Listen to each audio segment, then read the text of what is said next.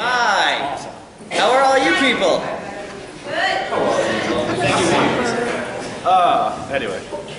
All right. Welcome to Voice Acting 101. I'm Peter. I'm Matt. Patrick Seymour. I'm Clifford, Chapin. Just call me Adam. It's easy enough. Name's on the screen, Adam. They know your last name.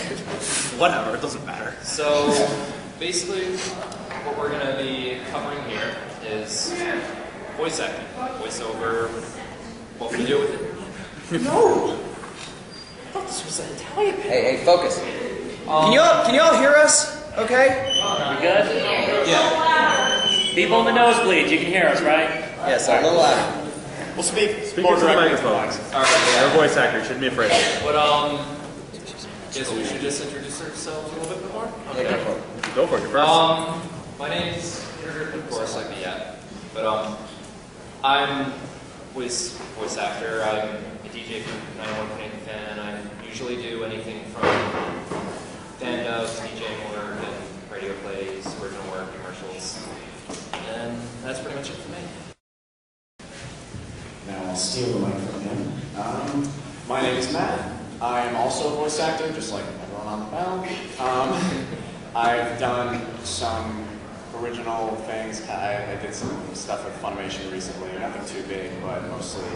He only, like. Take your drink off. If you have questions, I'll ask Adam. I've done a few commercial stuff recently, but as with a lot of us on here, we are mostly just only recently leaving the amateur scene and breaking into the actual professional scene, so we'll be talking more about that. I'm special. I'm Patrick Seymour. I also do work for radios. I've done a few local things for Albany Talent and Voice Creative in Fly Creek. I'm also I do some voice work for YouTube and Newgrounds as under the alias Seymour, and then recently I had an account on YouTube called Black Star Hero VA. And most of you heard about that. Seymour really knows. Okay. All right. Moving on. Okay, everybody, I'm Cliff. I am a voice actor. I'm sure you're all surprised by that. I do a lot of little commercial work. I've done some games, I've done iPad apps, some television commercials. I've done like instructional videos, stuff like that. I started out doing a lot of things like radio plays and such like that. And just through that, moved on to doing the more professional paying work. I did I was in the Funimation thing with Matt just recently, so it's all fun. If you guys have any questions, just to let you know, feel free to just raise your hand. We'll call on you when we take a pause. So we want this to be loose and enjoyable for all you guys. So feel free to just come at us. Yeah, I did. My name is Adam Tilford. Actually, I am a voice actor like the rest of them. However, I'm a little more special.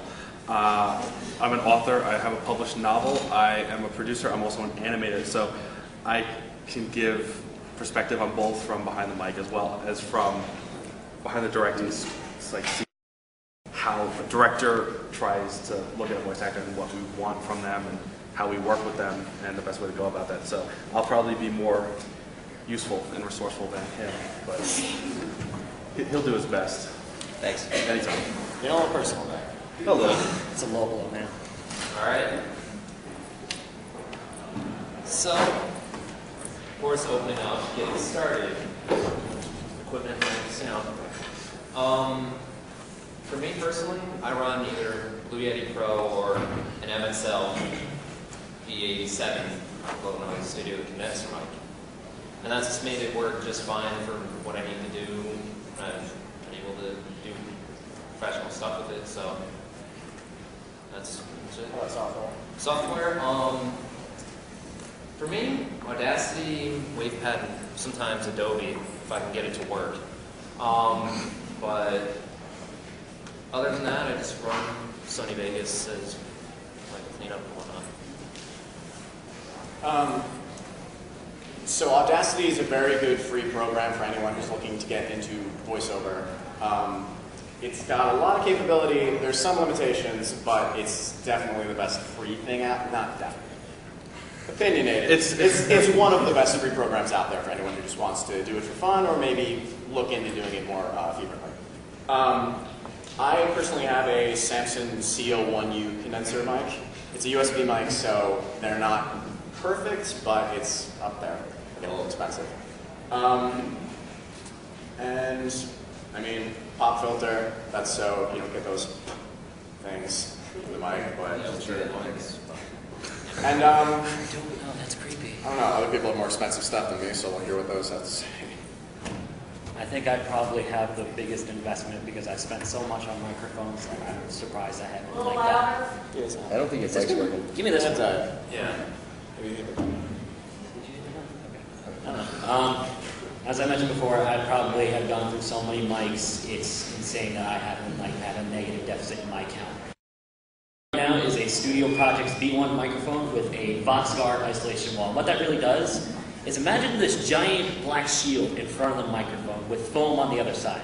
Because when you talk, you have an echo, and that bounces it back, so you actually have this nice soft feel to your voice. I think it's nice. For recording software, I run a duo of Adobe Audition 2 and Audacity. I use the Audacity to record and Adobe Audition to clean it up. Because honestly, I really like Audition's easy compressing software. Okay. So for my equipment, I use I have it open here so I can know what it's called. It's a Sterling ST51 condenser mic, which I then run into a mobile audio USB preamp and audio interface. And that's pretty cool because it allows me to affect the volume and how much sound is coming into channels. Like if I do like a yell in something and it clips out the mic, I can affect the sound in it. I can do another take and hopefully not hurt my voice. And then fix the audio up as I go. And it allows me to have better control of how good my sound is. Other than that, if we want to talk about like humble beginnings, to eliminate sound reverb, because pretty much any room that you're normally in has an echo, and you don't really notice it in real life, but when you're recording, you're totally gonna hear it. It's gonna sound really bad. You need to try and eliminate that. I've heard a lot of pros talk about that they like record in a closet and they just have like stapled blankets to the wall, and that muffles the sound reverb. I too record in my closet. My closet is lined with egg cartons, and that actually works. A little bit, kind of, sort of. It works enough. So I mean, some of this stuff is going to sound really scary because some of it's like really expensive, and the idea of getting, like soundproofing foam is so expensive in mass quantities, and it is. But there's ways around it that you just have to look for all these sorts of things. And we've all started from low areas and built them up over time. Headsets, headset mics, rock band mics, everybody uses them. So that's perfectly fine when you start out. I'm going to disagree with him on the expensiveness of sound foam for a moment. Acoustic foam, you can get it cheap. You can get a good amount of packs for like maybe $20. And a lot of, some professionals, what they'll do is if they want to save money and if they're going to go on the road a lot and they want to voice act, they'll make portable booths. They'll make like a little box, maybe out of what kind of material is it? Boxes usually. It's like packing. All right. It is like, no, I'm not talking about the packing foam. I'm talking about the actual, whatever. Anyway, you can take like a cardboard box if you want, and if you buy these like little packs of acoustic foam, you'll get like maybe 6 or so in a bundle for like 20, and you just line this cardboard with this acoustic foam, and that's basically a portable booth for you, and it works extremely well to cut out the echo and a lot of the reverb.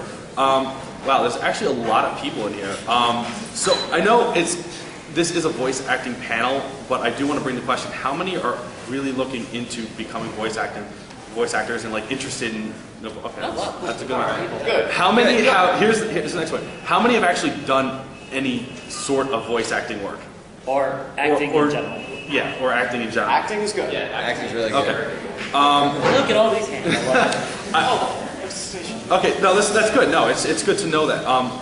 Now, personally, what I use an AKG Perception 120. It's a USB mic. I probably got it off Amazon for maybe $120. And you can get mics cheaper, from like $70 to like $100, and those usually be decent quality to start off with. So it's not breaking bank, but it's a little more money than just a Logitech USB mic. The For other a thing is desk they're mic. not really that sturdy either. They usually last maybe like a year. The Logitech Yeah. won't last long off. But it's, either way, price range, you can always look on Amazon, and USB mics will be a little cheaper. And we already have a question. Yeah. Okay. Let's do. We got two. Kicks off. Do you guys have any experience using Pro Tools for recording? I do. I do. I've done that. He does. Let him talk.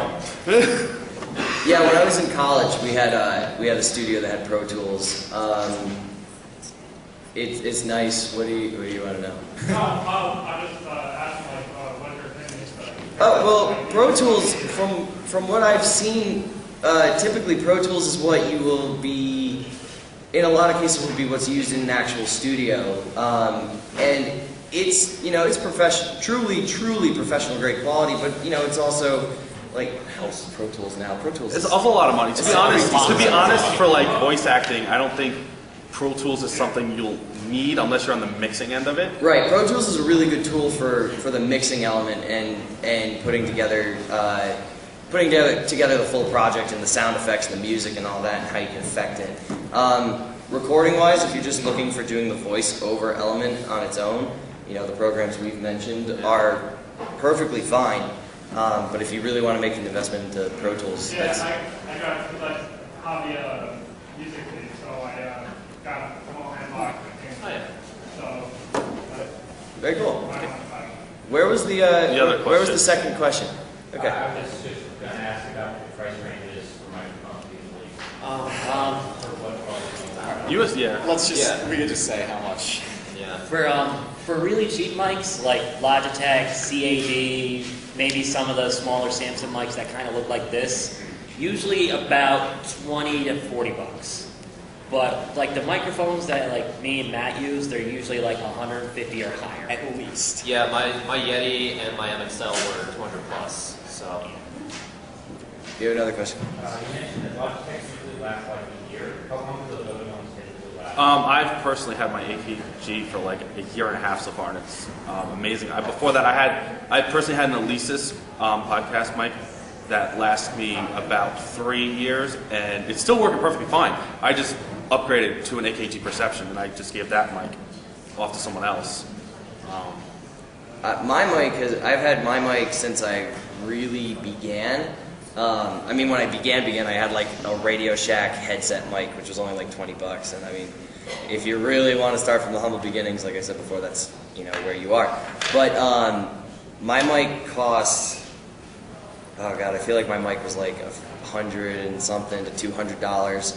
And I mean, I've been running it now for 2 to going on 3 years now. And I mean, my mic is still going strong, not wood. I know this is not wood, but I mean, it's all. If you treat it well, it's gonna last longer, And, Yeah, if you beat it up, it's gonna, yeah. Because you can if you carry them around, they have like special cases you can put in so they don't get damaged. You don't want to like just stuff it in like your school bag or something and have it jumble around because then you'll break the diaphragm. What about you guys? Mine was a little over 100. Thank you. Mine was a little over 100. It has lasted me, I've had it now, 2-3 years almost, and no problems. Its quality hasn't gone down in any way. Worst thing that's happened is it has like a black scratch on it now. I don't even know how that happened, but try to keep it safe. Alright. Same thing for mine, and I've had my MXL for about a year and a half. I just got my Blue Yeti Pro, and they're great. They just last long. Their quality hasn't dipped, so that's pretty much it. If I could just make a quick add. You were talking about the sound boxes. I think some people go into, if we're all just starting out, we don't have a lot of money. I mean, we really don't have a lot of money. But I think some people, they invest in the sound foam as he was talking about, because you can get a pretty decent amount for a cheap amount. And they will take, just a decent sized box, like a shoe box, and stuff it full of the soundproofing foam and put it around their microphone, and that works pretty well to eliminate the reverb. it doesn't do it completely, but it's a quick cure. And you know, there are little tricks. Like once you really start looking it up online, like I'm assuming a decent number of you are probably students around at the school or at nearby schools or anywhere. You can make a soundproof box pretty easily, actually, like out of soundproofing in like a foldable box, and then fold it up and stuff it underneath your bed, like, and then I did that. Yeah, Exactly. Like literally word for word. Yeah. So I mean, there are really cheap alternatives to make this work for the situation that you guys are in. So. All right. You had a question? Yeah, I like acting, and I was curious as to how much acting and voice acting tie into each other. That depends on the project. Usually, it's about the same thing. It depends on the producer, honestly. Sometimes you'll find projects that will mainly be looking for a certain type of voice, and they'll emphasize the voice more. And then you'll have other ones, mostly original projects, are going to be looking for more emphasis in acting. Voice acting is just acting with your voice. So acting is extremely important. Yeah, you can't have a great voice and not be able to act and develop emotions. And I know a lot of people question voice acting and its difficulty and compare it to stage acting. Personally, I think it's a little harder because you're confining yourself and you're trying to bring out these emotions on your own. Like when I first started out, I felt extremely weird because I'm like, wow, I'm talking to myself. The people around me must be like, hey, what's going on with that guy? He's screaming to himself. He's screaming about how he's dying. What's going on? Yeah. We call the cops. Yeah, that has happened. Funny story. Screaming at yourself. Sometimes you're fighting with yourself. So Yeah. Sometimes people think you'll have a disorder. Well, like with regular acting, you're doing character construction and like being able to speak through your diaphragm and everything. It's essentially the same thing when you go behind the microphone. You just, like as they said, you're talking to yourself. Yeah. I think an important thing we should go over with that, though, is that as much as a lot of us, we're at a con, we're fans of, works that are popular here, a lot of voiceover has to do with commercials, too. Mm-hmm. Yeah. You really need to do commercials and radio spots and everything under the sun because voiceover does not pay well. It depends. Certain elements it depends of- the job. certain elements of it pay well. Let's just anime. If you want to voice in anime voice acting does not pay well at all. Oh no, not One at of all. the worst. It's one of the. It's the is lowest worst paying gig in voiceover. It's yin and yang. You don't get a lot of money, but you get a lot of fans because obviously you guys are all here for the sake of anime and the voices behind it. So it's one of those things where what makes you want to do it, really. But you can do like a movie trailer that's like 5 seconds long, like coming out this summer, and then it's like you get paid like at least $300 for that. It's 50 seconds long versus like you get a it's whole one of those part. things where it depends on a budget sometimes. Yeah, the budget. And a lot of the great like avenues that are coming out are a lot of independent work, like indie games, especially independent projects. They're looking for what they might not have a big scale budget, so a lot of them are looking online now, and we're gonna get to that eventually. Yeah, we will eventually. We're gonna get to that a lot of the online stuff, so we'll hold off on discussing the online aspect of it until. But yeah, acting and voice acting largely are the same thing, and there are definitely areas where they fold into one another, and there are areas where things are completely different. Like if you're working in something that's live action, you have the complete set around you and the other cast members and stuff. A lot of the stuff that we do, we don't have the other people to hear what they're acting to, so we're not responding to what other people are saying. So it's like you have the script and it's, if somebody says before you, like, how could you do this to me? And it's like, well, your line is, well, you did it to yourself. So what do you say? It's like, well, you did it to yourself. You don't know how they're saying it or what their response I want is. to jump in on that from a director-producer standpoint.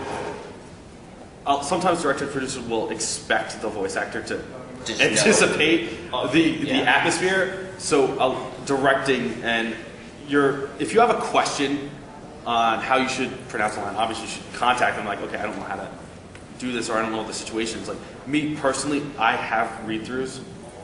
Like I'll take a bunch of us on Skype and we'll just read through the script on Skype and I'll do a live direction and Skype's a great resource, It's actually. If extremely you don't have great Skype, get resource. Skype. I don't know if any of you saw before, he pulled up the PowerPoint. So if you're paying attention, you have his Skype name by now. So I think that should wrap it up on. Yeah, we should. Oh, actually, you know what? We didn't touch on? We didn't touch on mindset. Yeah. This is important, you guys. I'll just like something for me, of course, recently, having gone down to like Funimation, like from a professional standpoint, and amateur, you need to go into it doing it for fun and being willing to accept like what your director is giving you. If they give you feedback, accept it. You need to be able to embrace and accept what they're going to be telling you. Otherwise, It's not like they're trying to put you down. they're not trying to put you down. They're trying to help. Nobody ever wants you to be bad. Exactly. They all It's want about you to the be director's good. goal. Yeah, they'll just try and help you. That's what they do. I think it's really important, I know it's really important, to be as kind as possible. Remember, even it's just auditions. An audition is a job interview. A very temporary job interview. If you land that gig, luckily, it's only going to be for a little while. Unless you're getting like a really long-running series that gets extremely popular, but even, for the high-paying things, it's going to be like a TV spot. It'll literally take you 30 seconds. They'll say, okay, cool, see you later. If you want to be hired, you need to be likable. You need to be you don't dress up, don't go in a suit, actually wear stuff that isn't, noisy. You just need to dress comfortable. Yes, but don't be a mess. Get up, shower in the morning, this is a job interview, and this is a job once you get it. So, you gotta be able to take criticism. Because if they tell you, that's not at all how I wanted that line. Maybe they could have said that nicer, but they hired you. Exactly. So you take it in stride and smile, go, you're right, and then do it a different way. There's your boss. Yeah. So they're your boss, defy your boss. It's like 6:23, so we should kind of move this to the next one. So, Next one. Next slide. All right, next slide. What's next? Popular sites. That led in well. does anyone out there recognize any of these names? Aside from YouTube. Okay, let's rephrase the question. Aside from YouTube, do you know any of these names? Okay, cool. Awesome, great. Okay. Awesome. So which one should we start off? Stop. Voice Acting Alliance. Voice Acting Alliance, the place where we all came from, met each other, pretty much. It's a really, amateurs, a lot of amateurs on there. It's a great networking site. It's a great place to start off with all sorts of projects, that original fandubs, radio plays, whatever you want to try and dabble in. So There's some real work on there too, there was an audition the other day, actually, that I went for. It's a project that's a legit video game. It's got residuals, as soon as it sells and everything. But mostly this is for beginners. The site is very friendly towards beginners. We know a ton of people on there because everyone just networks and gets to know each other and helps each other out as much as they can. Do you guys have anything else to say about that site? Or should we move on? There's a few professional voice actors have come from this site. Yeah. So there is a professional mentality on it as well, but like they said, it is mainly an amateur voice acting forum where it's everyone comes together, we're going to help and build people up, and it's a great resource if you're looking for projects or anything you just want to get your foot in the door of voice acting. And it's a forum, so it is a community, and a lot of people are friendly. So if you have questions, you can ask them, and you're gonna find a lot of good friends off this forum, and you're gonna end up working with each other or ending up on a panel with each other. On a panel together. That thing. Troy, New York. Yeah. Then you have voice box. I don't know anything. That one I don't know entirely, so I can't really Yeah, one of my friends, Tim, actually. Yeah, that way. I don't know too much about it, but it's a lot like Voice Acting Club and the Voice Acting Alliance. It has a little bit more of original and fan animations on there. And there's also, I checked quickly before the panel, and there's quite a bit of paid work on there, apparently. So, going there. Yeah. Maybe I should check that out, actually. Yeah, probably. Yeah. So then, I'm probably gonna be doing something later. well, Voice Acting Club is kind of the same thing as the other one, so I think we should jump in the sake of time. Yeah. Jump to like time. Matt. You have Voice 123. Okay, Voice 123 is a professional site, completely. There are some non-paid projects on there, but it's a resume builder regardless. This is not going to be any fan works. This is not going to be any fan dubs or like A bridge series. a bridge series, nothing like that. This is going to be real paid work.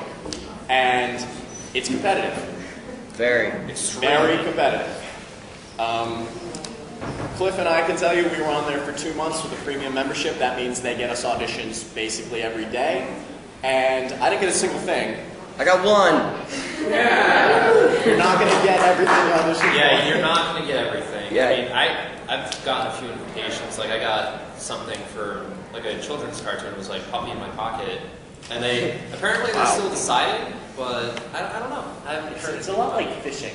It is like that, yeah. Yeah. I This wanna catch my site's- gold team. it's an interesting site because it has a few rules that if you're auditioning for, it'll send you emails for auditions based on your profile that you set up, okay? So if you say that you can do all these voices, you're going to get emails saying, hey, we have a job for this voice type. But the thing is that you're going to get a whole bunch, and the program that sends you the emails is like set up to send you a broad spectrum, and that you have to decide and be selective yourself of what roles you think you're suited for. And if you apply for everything, it's going to slow down sending you stuff because it thinks you're not you're not being selective enough.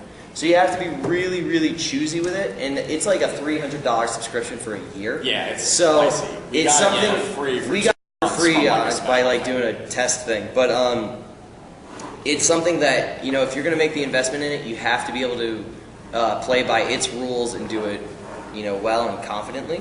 And like I said, in 2 months I auditioned for dozens and dozens of things, and I got one.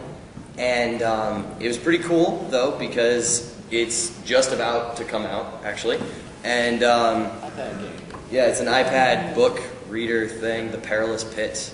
If any of you are interested, then you can talk about how you know that voice actor. Anyway, but by doing that, I got emailed by the same company. They said, hey, we have another storybook that we want narrated. If you want to do it, we need it, you know, within the next few days. And if you're up for it, it's yours. And I was like, yeah, I'm absolutely up for it. So, you know, by doing that, I made another contact, another connection to get more work.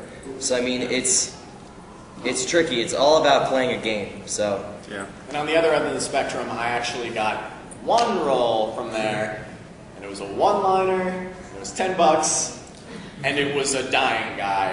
You're probably not going to get called back to do any more dying guys. How weird do you have to feel that you get $10?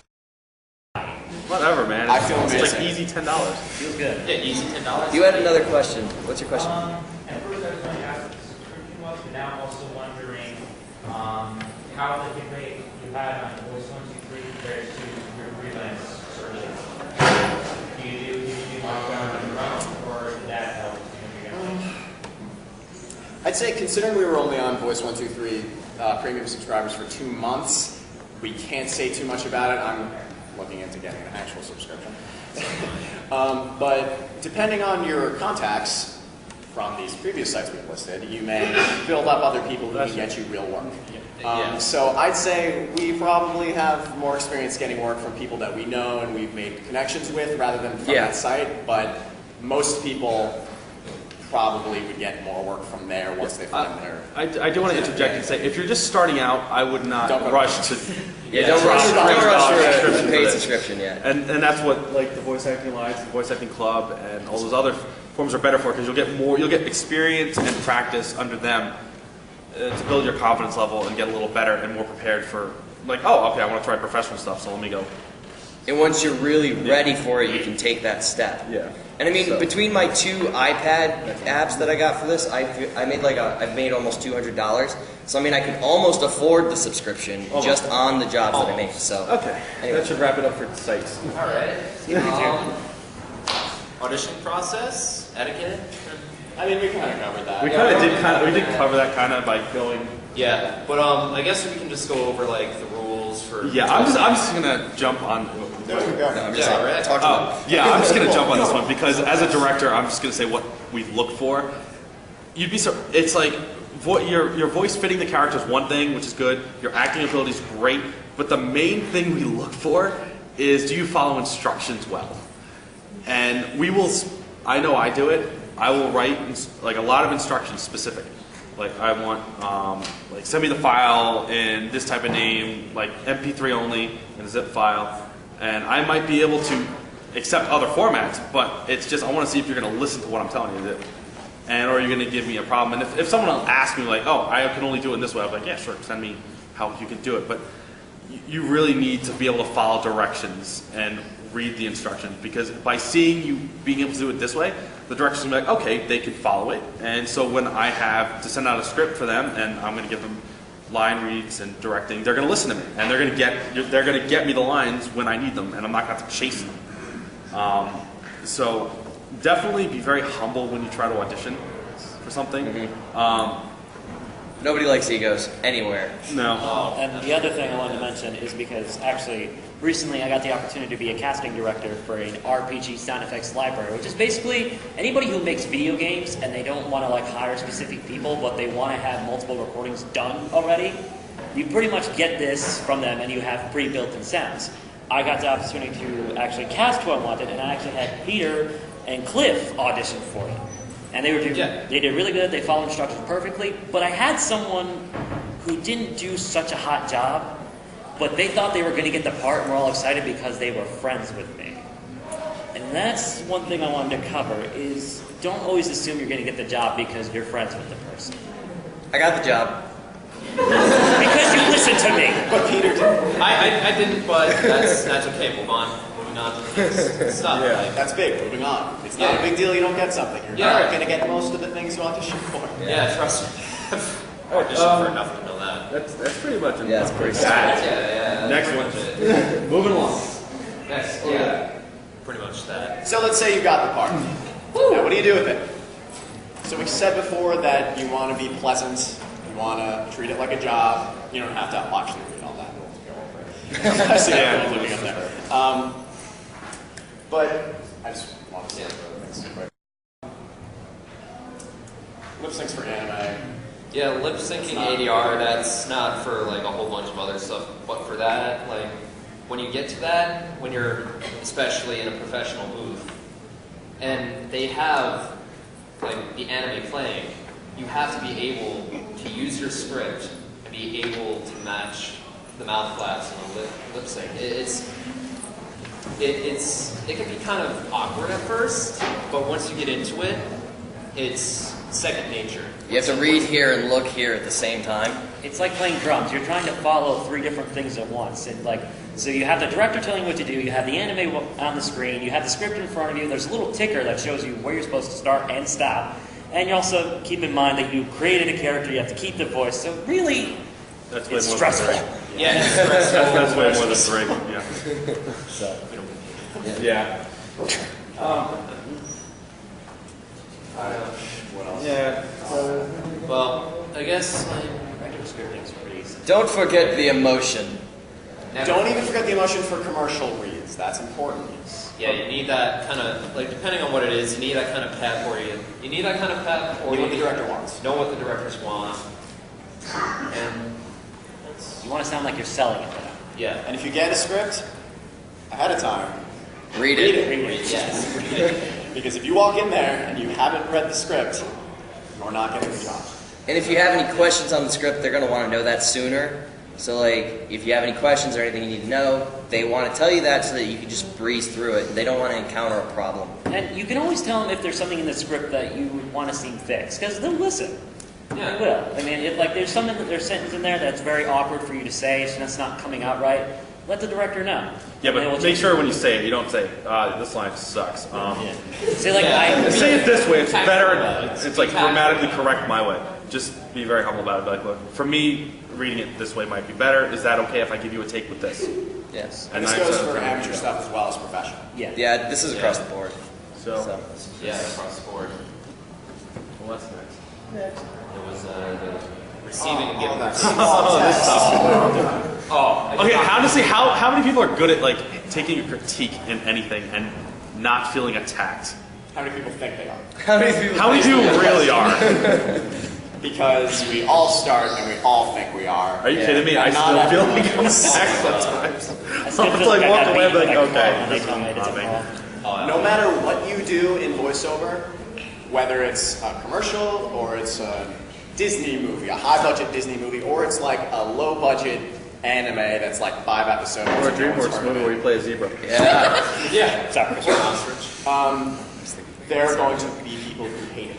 Yeah. There are going to be people who, for some reason, say, I don't think I'll ever actually do that. It doesn't sound like something that someone would actually go out of their way to do, just because they didn't like a voice. It's the internet, it's going to happen all the time. Yeah. What you really want to focus on is what the director tells you is what he wants, he or she wants. It's not up to you, it's not up to the audience, whether people tell you it's terrible or not. If they say, you know what, you really should start saying this word in this way. Well, if the director doesn't say that, don't do that. Yeah, you don't bend usually to what they like, what you're getting from them. And so what happens, a lot of people get feedback for a line they just say the line was, what have you done? And you don't even think about the context for a second. And the delivery is, what have you done? Someone just got killed. And that was your delivery. Say that's it. That's not cutting it. And they're going to say, more emotion. Yep. And if you go, what have you done? And just get snarky. That's still not what they want. And they have to tell you, if you can't give them what they're not going to want to work with you, and you're not going to get hired. So this is where the director would probably step in and be like, all right, imagine this is an interview. Imagine a person just killed your family member, best friend, love interest, whatever the case may be. How would you feel if you actually just saw that person just stab him? And imagine that. Don't imagine that this anime character that you have no actual emotional attachment to on the screen is getting killed. No, that is your best friend that you've had since you were 8. So, and you love with all of your heart. Just a question. How many people have taken any sort of acting class? Oh, good. Oh, sweet! I love you all. It is very beneficial if you take an acting classes. It will help you a lot. It's very beneficial if you can act in voice acting. Also, now I feel like we're just giving them recycled material. Yeah. Taking acting classes. Yeah. Anyway. We're going to help their theater department get filled, that's for sure. Yeah. Yeah. All right. If you're going to give a critique, don't be a jerk, please. Like, because you have to realize that what somebody has done, it's something that they care about. I'll call you in a second, okay? It's something that they care about, and they're doing it because they love this, and that this is something they enjoy, and they want to share it with you. And if you're just going to say that what they did sucks, well, that sucks. Like, nobody wants to hear that. If you can say that, like, I didn't really feel it here, or that I thought it maybe could have gone this way, that's so much more constructive, and the person is going to respond better to that, too. So, giving critiques and taking critiques, they're honestly like art forms in this job, is being able to Detailed and abstract. Yeah, so. Question.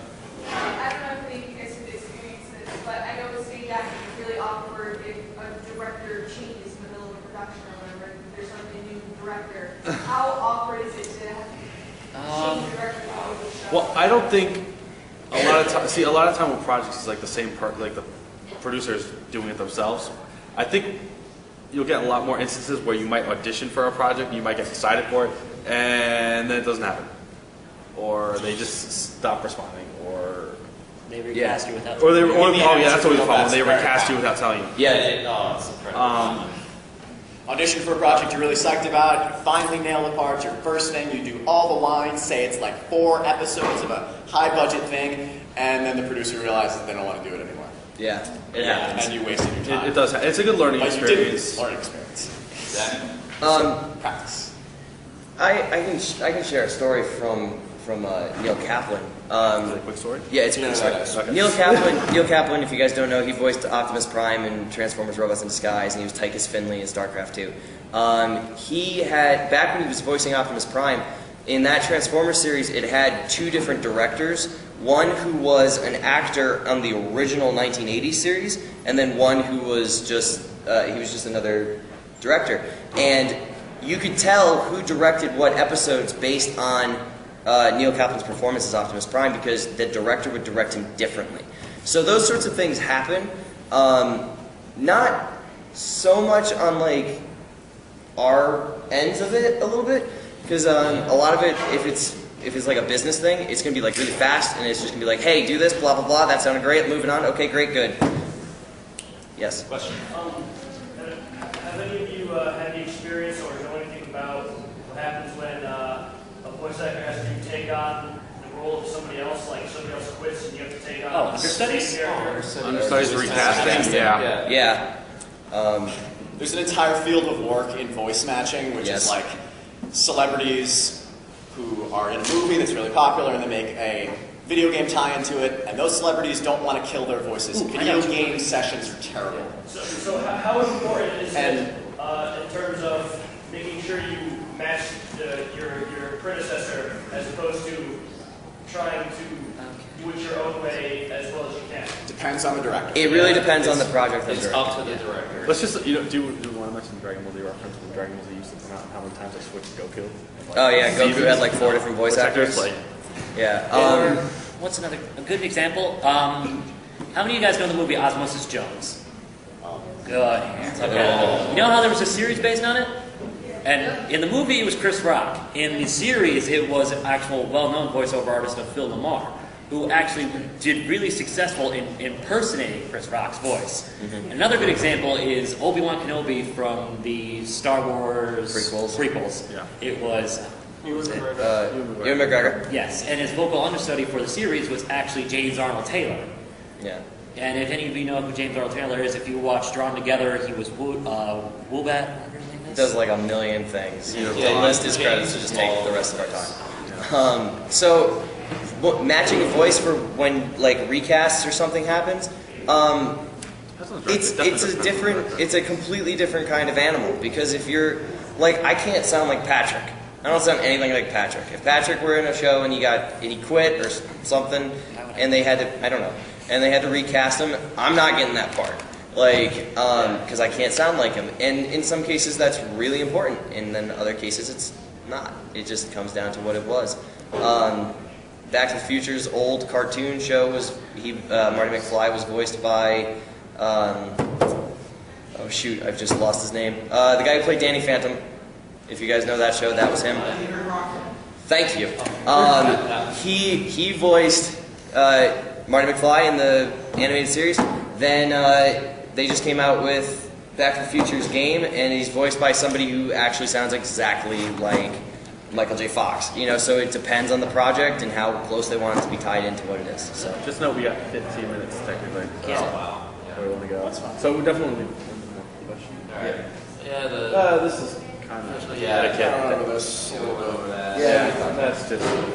It's- Okay, cool. So, all right. That looks like the last slide, but we're not done. No, I wanted to make sure there was like actual more like time. 15 minutes is plenty of time between. Well, because we had something we wanted to show them, like he and I did. Yeah, there's that, and if anyone has questions as well. So. all right. So let's stay on the question, or do we want to do clip first? Do the clip first. Okay. Yeah, do So, who has seen Gundam 00? All right. Pete and I took the opportunity because Pete has Gundam 00 on DVD, and we actually did a scene.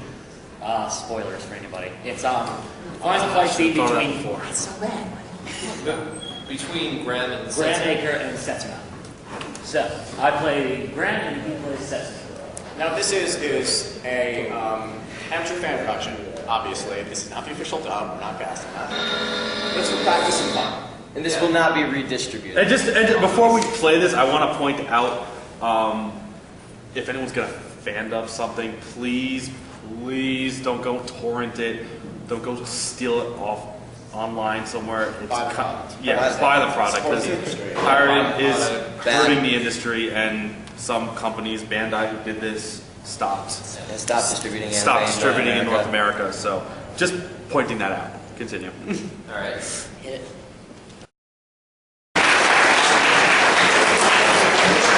I guess that was less of spoilers because you might not have been able to hear everything. I think he died.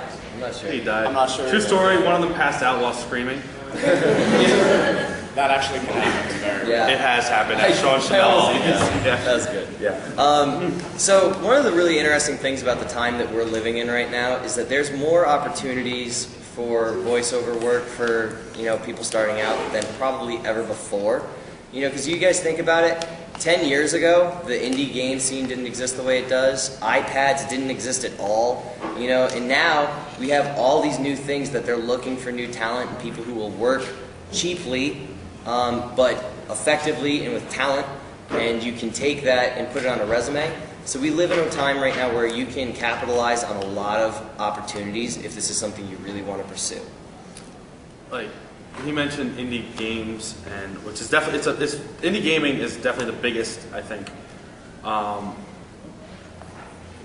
Like I'm going to use how much time we got left? Sweet, 10 minutes. I'm gonna start ego boasting. No, I'm kidding. Like I'm going to use myself as an example because it's the easiest way. I am currently producing a direct DVD animated feature. Most of these people are cast in it, except for. I'm cast, but I'm not in the movie. Yeah, he's dead, so technically he's like that flashback character who might get like half a scene, but it's like who knows. Now it's like this is being published through my own production company, and it's gonna have a budget, and we're gonna do a Kickstarter and all that fun stuff, and it's paid work. And it's something that can be put on a resume because it's original. It gives people the chance to create a character for themselves. Now, what they showed you was was a fandom. They made the characters their own, but it's still based off of a character that's licensed and a character that's been existing and been developed. With an original project, you get to do it yourself and make that character who you are. You define that character. Now, if there's anyone interested in pursuing things, I'm going to say that I am looking for like bit roles, just little simple 1 or 2 line roles, and it's just something that gives people an opportunity to get their feet wet, to like possibly network with other people, like other voice actors, other directors, and just to be in something, just to start. Yeah. It's not a bad start either. And original work is hard to come by when you're first starting. Really. But it's the best. It is. So, the best. like, if that is something anyone is interested in possibly doing, just come down, talk to us. Like, talk to me. Yeah. I'll give you information, and we can be in contact from out of here. And I have clips of work in progress stuff, animation wise, for that. So that's my little nut. Question. Let's see. Oh, multiple questions. So if we those of us who seriously want to pursue this and have this as our job, how much would you recommend moving to where the job is? Like going to California? I am really, really happy you mentioned that.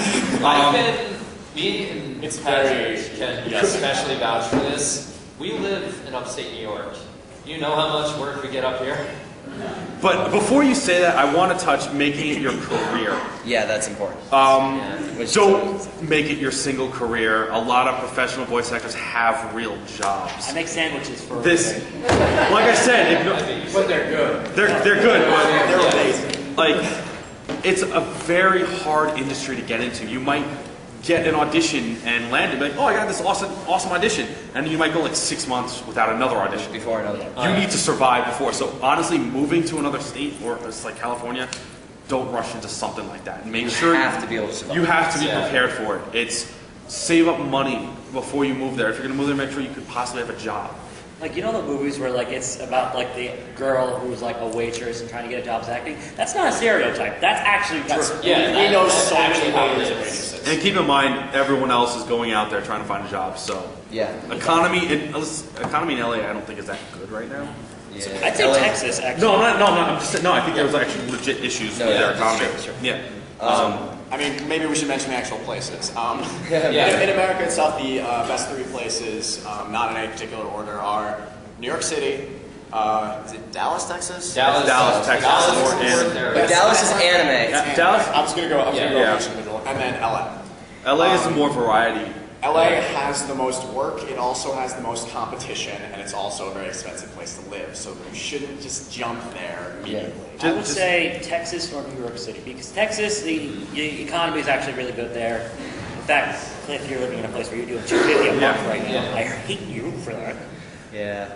Moving down to Texas. I'm moving to Dallas next Saturday, actually, because I have a job and a place to live set up. And through that, I'm going to then pursue the voiceover work on the side. It's not what my... Yeah. It's not the primary. It's the secondary. That was other question? It's like... Yeah. You? So, looking at this from the other way around, do you have any advice for anyone who's a game developer who might be looking to hire voice actors? Definitely go to those sites that we mentioned. Absolutely. Or just come down here. Yeah, talk to us first. Like, if you want, like, definitely come down to us. We can discuss it with you more. Definitely look on those sites that we mentioned for voice talent, and you can post.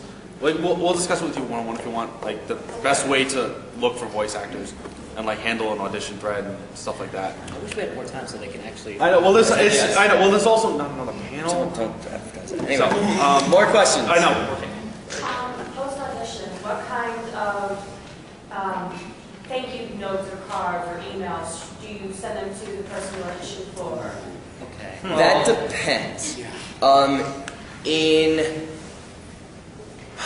In situations like Voice 123, you don't send it because Voice 123 it has the audition, and you fill out like a little thing. You say like, "Hello, I really like the sounds of your project." You say nice things about it. You say if you like what you hear, contact me here. This is my email address. I also have Skype. Thank you very much. Sign your name. Send it off. That's all you've got. In the case of like an audition in places and stuff, local places, you can send a thank you card for sure. You know, just something nice and quick because they do like that, and it creates a very good image for you. Yeah. And you're gonna look better, and they're gonna say, "Man, she was so nice to send us a card. Like, I would love to have her audition again, even if she doesn't get this part, but she was that good, you know, and just that good of a person, and they'll want to work with you." So, absolutely consider it. My personal thing, like going down to Funimation recently, I went there. I personally thanked them, and then I sent an email saying thank you for having me come down. It was a pleasure, and I'd love to do it any other time. And they love that kind of stuff when you're interacting with them after the audition as well. Just don't be like obsessive about it. Don't rate them like, "Hey, how'd you like my audition? Yeah. My audition was awesome, right?" No, don't do that. People do that. People do that. Don't do it. It doesn't look good. They'll hate your name. Yeah. And they'll like they won't blacklist you, but they'll be like, "Oh, Yeah. You're pushing. Don't do it. All right. Any other questions? Other questions? Other questions? Anybody? Any at all? Any at all? You. What is so horrible about video games? Because you were talking about okay. Video games, take like a fighting game or an RPG. You do a million takes of everything, and there are a lot of ways you can die in video games. You would be surprised how many dying noises you can make. Different. Like I was saying before, that one line that I got, "dying guy," I only did that like 3 times because my voice was almost dead by the end of it. You should totally do an example of it. Do it. Do it. So you get, say you just got. Say this is a ridiculous like Dragon Ball Z fighting game. You just got one big punch in the chest, and you're out. But you just let out a big yell first. They're going to tell you to do this maybe at least 20 times. I really wish we could have discussed proper voice care. Yeah, voice care. Voice care would have been. Diaphragm's important. Yeah. Anything else?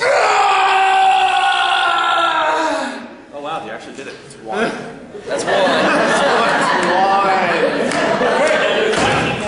Matt, on something. That one peaked. We're gonna have to have you do it again. Was it good? Was it good? My voice is dead.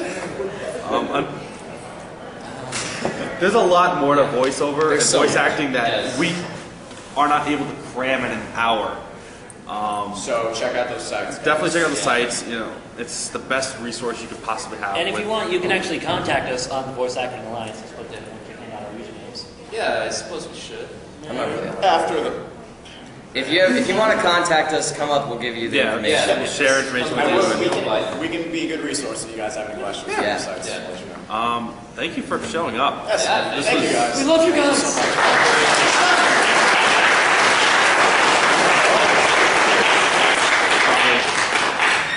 All right. Huh? I can die. You can probably die as many times as you want. They're willing to pay you. Just get beaten up.